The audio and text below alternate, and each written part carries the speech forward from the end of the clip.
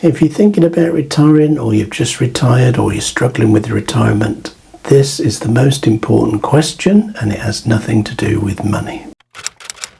Sure, money is important, and lots of people, when they're talking about retirement, are talking about finances, saving for retirement, having enough to live on in retirement. But there's something much more important than that question. And the problem stems from the fact that everyone talks about retiring from something. Yeah, we know what you're retiring from. If we know what your job is, we know what you're retiring from. But that's if you're coming up to retirement or you've just retired, that tends to be what your focus is. I'm retiring from this. I'm going to be glad that I don't have the 9 to 5. I'm going to be glad I don't have to commute to work every day. I'm going to be glad I don't have to work with those awkward people. There could be all sorts of reasons why you're glad you're retiring from something.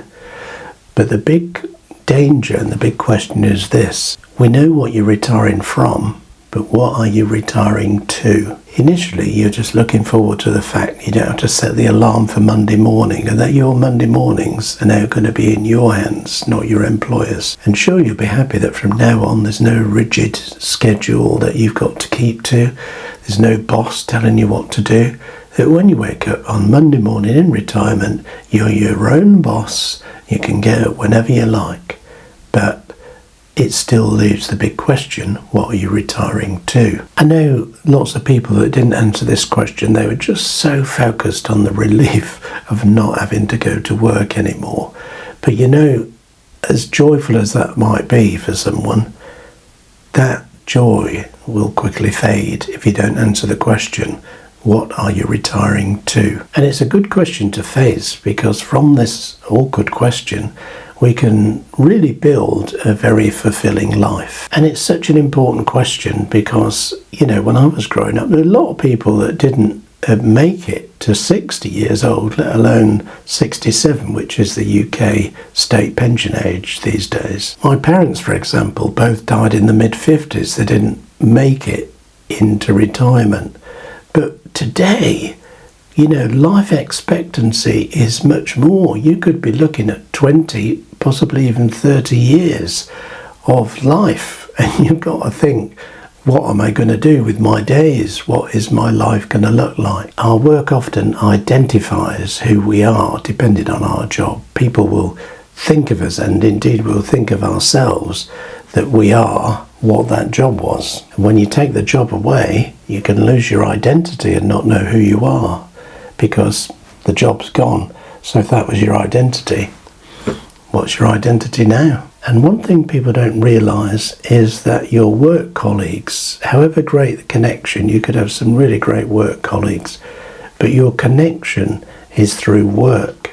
And if you take work out of the equation, those friendships, however strong they were in work, they can disappear, and you may make plans. Oh, we're going to meet for coffee once a week. Don't forget, you've got all day to meet for coffee, but your work colleagues are still working, and if they're working 9 to 5, trying to find space to meet with someone who's retired is going to be tricky, and it may not be a top priority.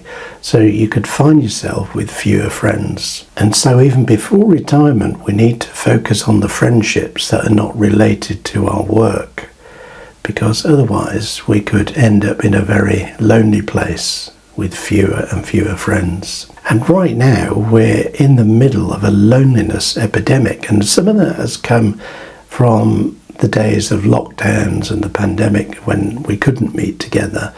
And not all of us have sort of got back. In fact, I don't think any of us have got fully back to how things were before that disaster happened. But if you add to that your loss of connections at work, you could quickly slip into loneliness, and it's not a good place. I mean, I've heard of people locally who are so glad that they've retired, they quit work, but they don't know what they're retiring to.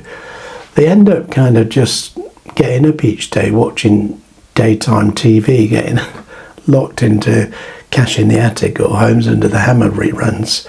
And before you know it, the morning's gone. Then you might have an afternoon nap, and then it's going dark, the day's gone, and you've done nothing with the day. And that's okay to have some days like that where you're just switched off and resting, but you can't build a lifestyle like that. And one of the dangers that happens with inactivity is you become much more liable if you're not moving in the day. You become much more liable to strokes and other health problems. So what can we do about this question? How do we tackle the question, what are we retiring to? And I'll just give you a heads up in my own situation. I didn't really think through retirement because I couldn't ever see myself retiring. I'd created my own job, as it were, and for decades I kind of pursued the kind of things I was really passionate about. Although towards the end of that work, a lot of things got overwhelming and I was getting quite burnt out. But unfortunately, because of external circumstances beyond my control, I found myself kind of forced into semi-retirement, and then you realise that you're not being paid to do certain things that you didn't like doing, so what are you doing them for? So we really need to think about what it is we want to do. Years ago, I used to have a friend who was 8 years younger than me. Sadly, he passed away many years ago now. But I remember we used to meet once a month. We didn't meet very often because we lived so far apart, but we used to drive a couple of hours, both of us, and meet in the middle. And we'd have a chat by a lake and go for a walk and have coffee, do lunch, that kind of thing. But when we first met on those days, if ever, I was sort of complaining about my week, he'd often ask a question. It was really profound. I think I've made a video about it somewhere. The question is, what would a good week look like? And you can complain about your week or your day, but what would a good day look like? What would a good week look like? Well, in retirement, that question is magnified 1,000 times, because you're not just asking what would a good day look like or a good week look like. You're really asking what would a good life look like? What is the life that you want to live? I know some of us would like to have millions of dollars, millions of pounds, and just, buy a floating gin palace and go off cruising around the world. I've got no interest in that, and I think a lot of people would be very bored of that very quickly. I think it's much more practical and down to earth and a bit more parochial. Just what you're going to do today, what you're going to do tomorrow. So I think number one, you need to start thinking about what brings you joy, what are the things you enjoy doing, even if they're things that you've not done for years. If you think back over your life where there's seasons where something really brought you joy. Now you can't recreate that season of life. It's very unlikely you can do that. But what were the aspects? What were the highlights of that season where you were really happy? And can you build something like that in your retirement life? The second thing to say is, if you haven't worked this out yet, and you should have, if you've reached retirement age and you've not retired mega early, you need to know that friendships need investing in. Not necessarily money, although doing things together sometimes involves money, but friendships are built and strengthened through investing in time spent together. So you can't just use friendships as something you pull off the shelf, because if you try and connect with someone you've not seen for donkey's years, there's one or two people I don't see very often, and when we've met up it's been really good, and it was like we were just together last week. But those were the people I grew up with in my teenage years. But if you've got other people that you don't see as often, it's very difficult just to kind of pull someone off the shelf, because you've changed and they've changed. So we need to invest in friendships. We need to think about friendships locally where we live, friendships within walking distance, friendships within a short drive, friendships, that are going to take a couple of hours drive to meet up, and friendships where we might really have to do an overnight somewhere to spend time with someone. And we need to think how much time we're willing to give those things. So one of the things me and a couple of friends have slipped into is breakfast, just meeting for breakfast somewhere. Oh, you could do that in your house, but we tend to go out to a cafe somewhere, and we try and meet a couple of times a month. And sometimes a month can go by and we haven't met, but it's like the default agenda that we're going to, the next available opportunity. And it took me a little while to work out that some days are better than others for my friend, because he's got a busy, his retirement is extremely full. So you do have to kind of plan that. But I would, really plan that as a top priority.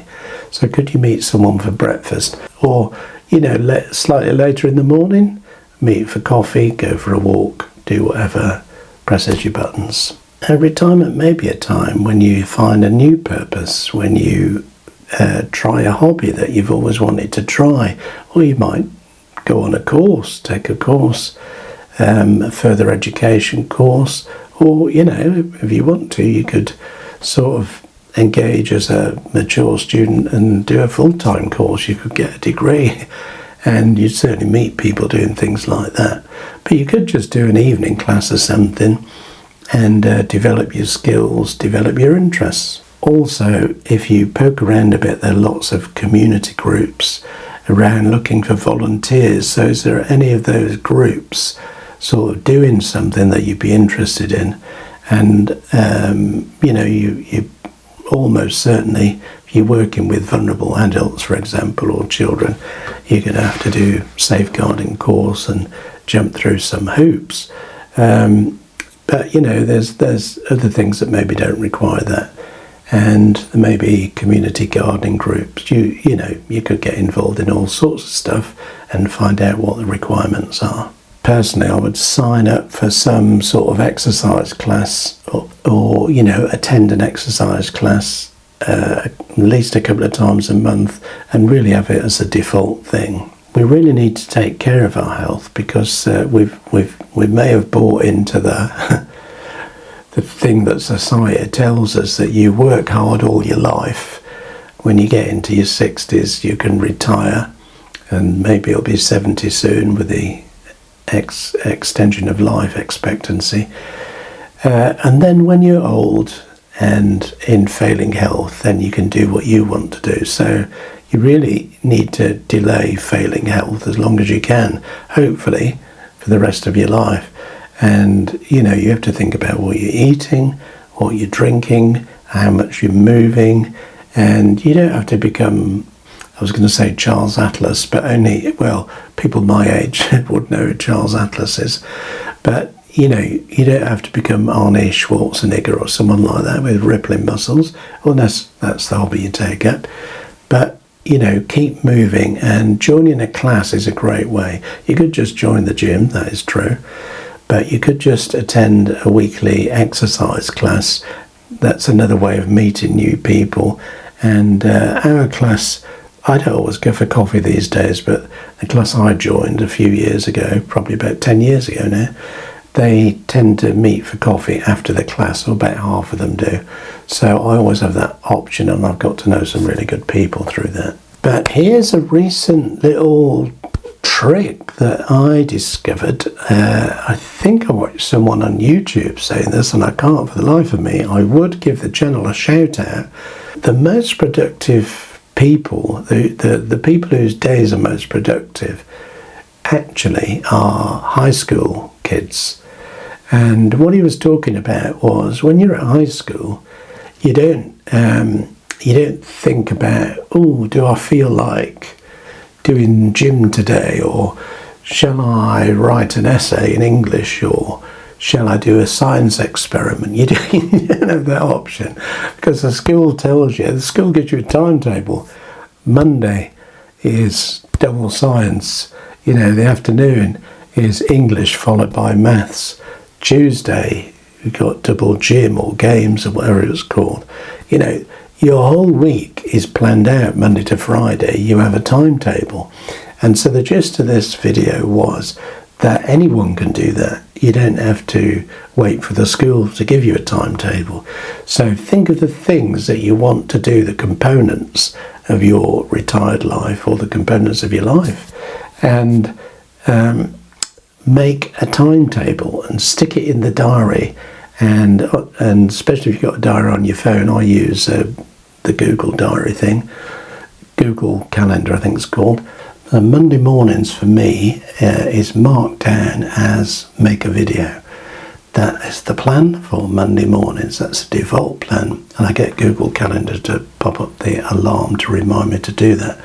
So Monday mornings, it doesn't always pan out, but Monday mornings, the thing now in my school timetable, my life timetable, is I've got a walking channel, so I can either go and make a walk video, go out and film, or I've got this channel and I can sit here in the broom cupboard and chat to you and make a video that way. That's what I'm doing this Monday morning.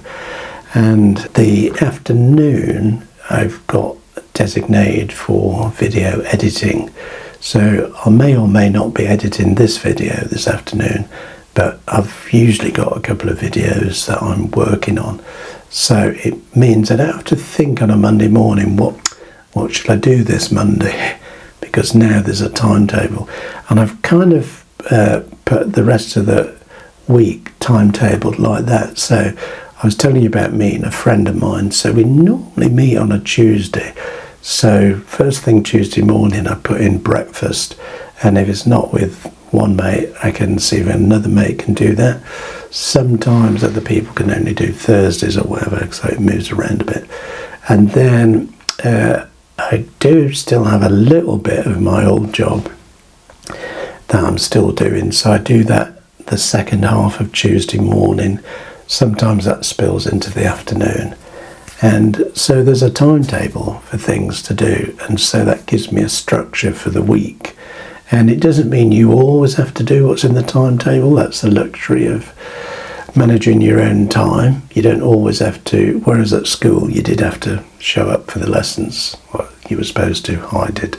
But now in your adult life, if something comes up or you want to do something alternative, you don't have to stick to the timetable. But the timetable means that you're not sat there thinking, and this is something I'm very prone to do, I can, if I've got like 4 or 5 things I could do, I start thinking about them over breakfast, and then I start thinking, well, if I did this, then I could do that.